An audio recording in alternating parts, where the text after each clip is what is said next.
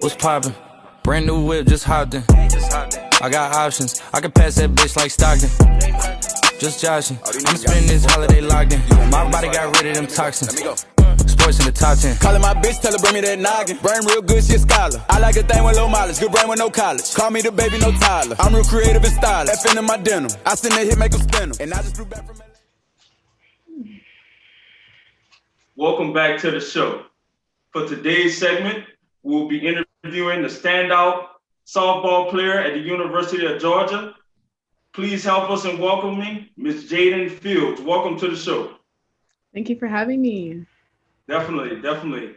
So you guys' season is coming up pretty soon, right? How has the preparation been going? It's been, we've been working really hard, just, making sure we have everything together. So, day in and day out, we're really taking advantage of these last couple of weeks before we have our first game. So it's been really fun, but really tough, but it's all worth it. So I'm excited. Definitely. Now, you were a very talented softball player coming out of high school. Could you just tell us some of the key factors that played a role into you deciding to attend the University of Georgia? Yeah, so I actually committed to Georgia very, very early before I was even in high school, my 8th grade summer going into high school. But I'd come to their softball camps growing up. So the first one I went to was like in 3rd grade. And then I liked it so much that I just kept on coming back every year.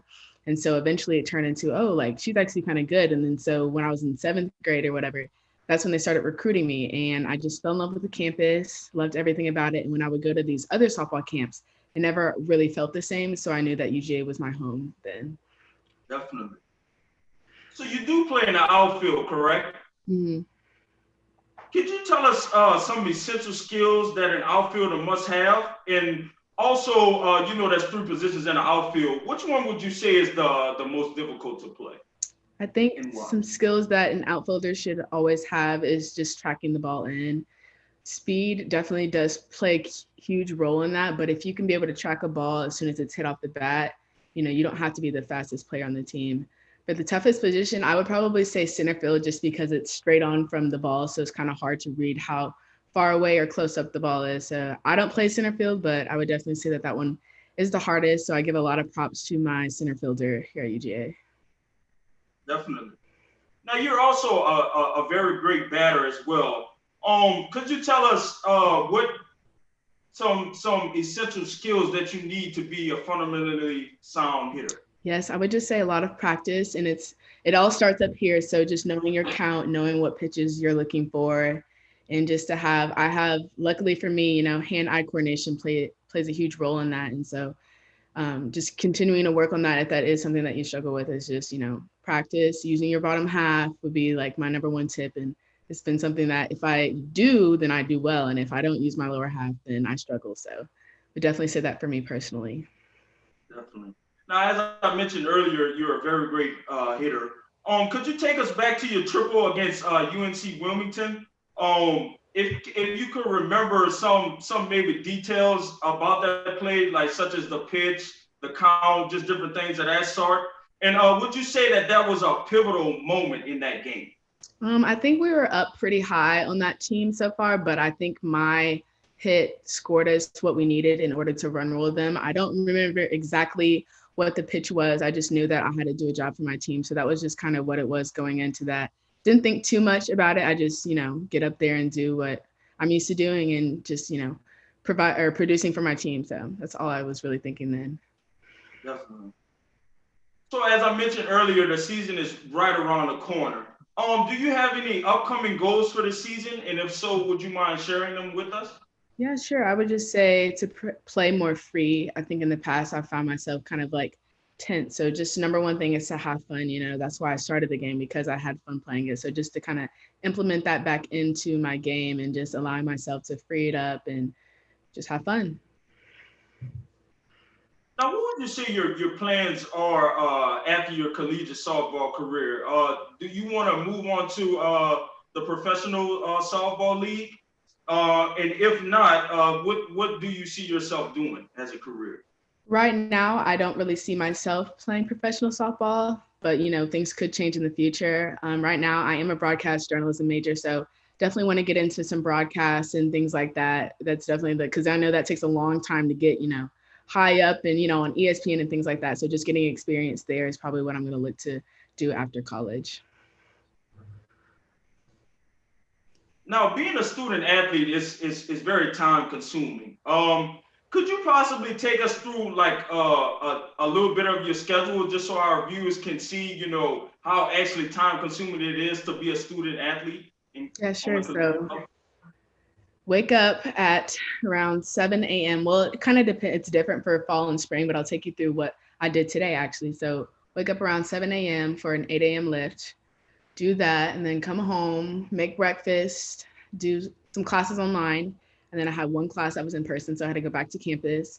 And then right after that, I had to hurry up and get to the field for practice. Practice started at 1:30 for our first individual practice that lasted about an hour. And then we had a break in between. And then we had another practice, which was the whole team together at 3:30 and lasted another couple of hours. And then come home, usually do some homework, study, try to relax and, decompress from the day and just kind of go from there. So yeah, pretty busy, but definitely all worth it for sure.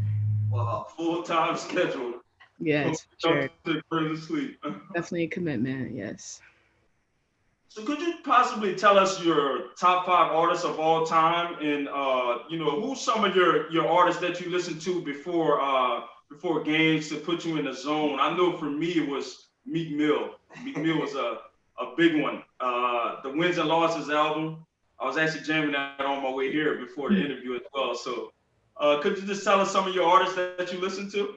Yeah, that's a good question. I'm not really like a music person, but listening to music before games, honestly, we do so much, whether it's, have to go warm up, have to go hit. You're running around, honestly, for us before a game. But 5 top artists, I like a lot of R&B, so I'm going to have to go with Summer Walker, Janae Aiko, Kalani, we'll say some Lil Baby.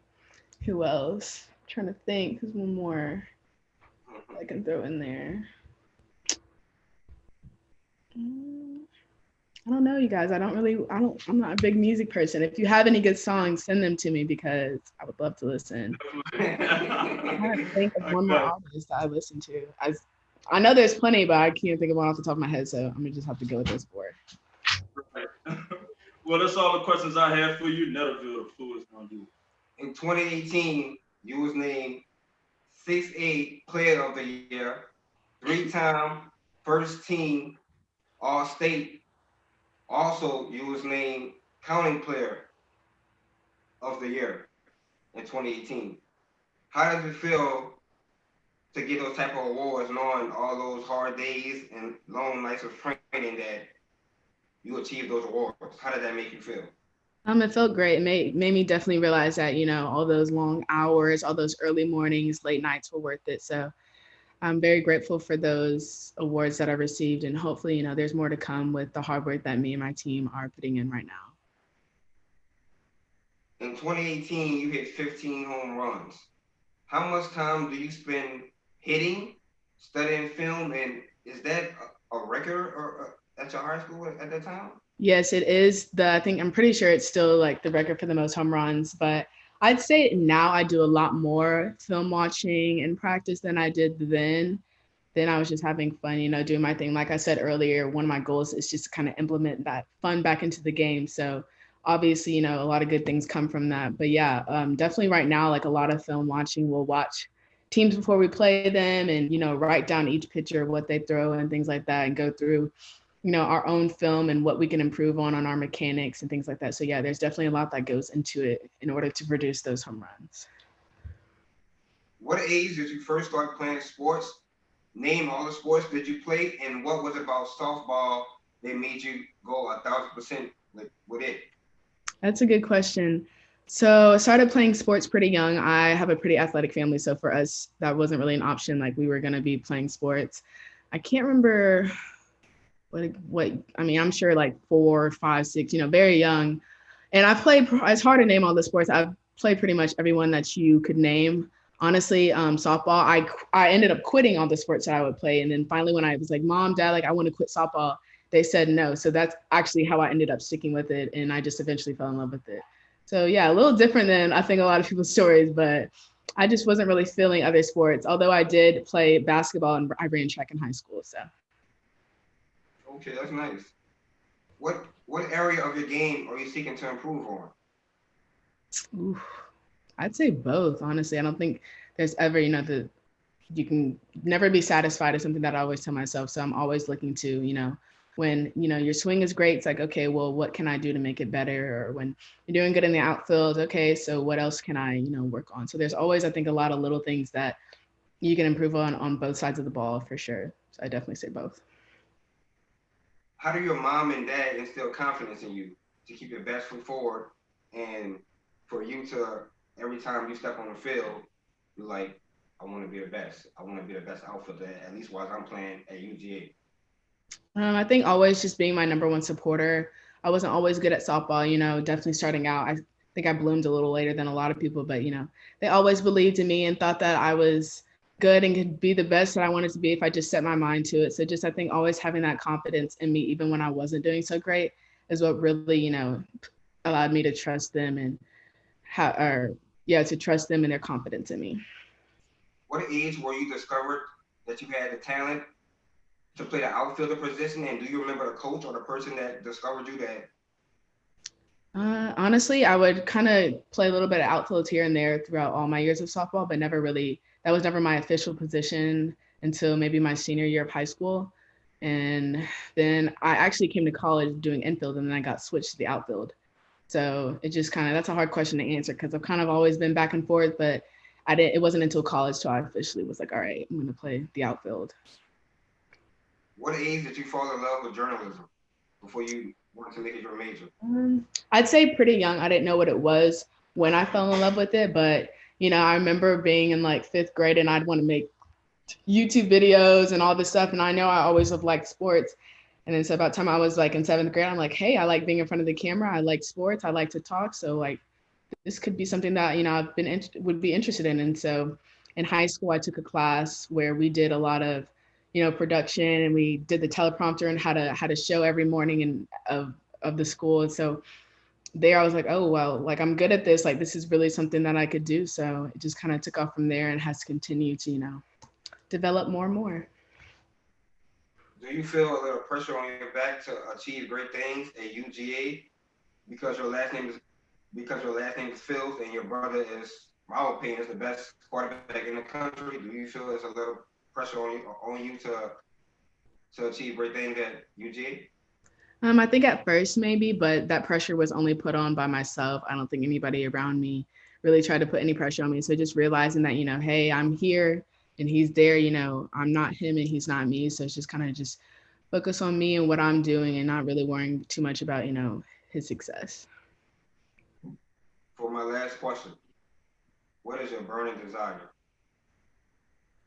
Regarding like anything? Just overall, what's burning in your heart?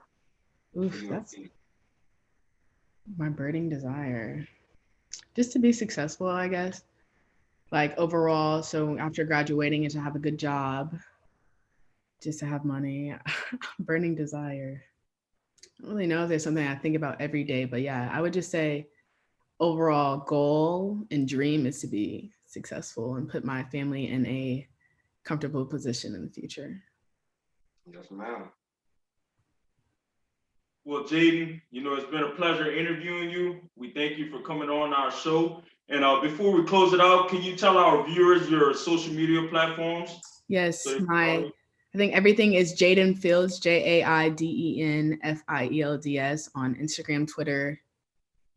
Yeah, that's it. So yeah, Jaiden Fields. Gotcha. Pretty simple. Well, as I mentioned earlier, it's been a pleasure, and we thank you for taking time out of your day to come on Diamond and Rush Sports Talk. Yeah, thank you guys both so much for having me. Really enjoyed the questions. Had some good ones. Definitely. With that being said, this will conclude this segment of Diamond and Rush Sports Talk. Thank you. Okay, thanks guys. See you later. Thank you so much. Bye.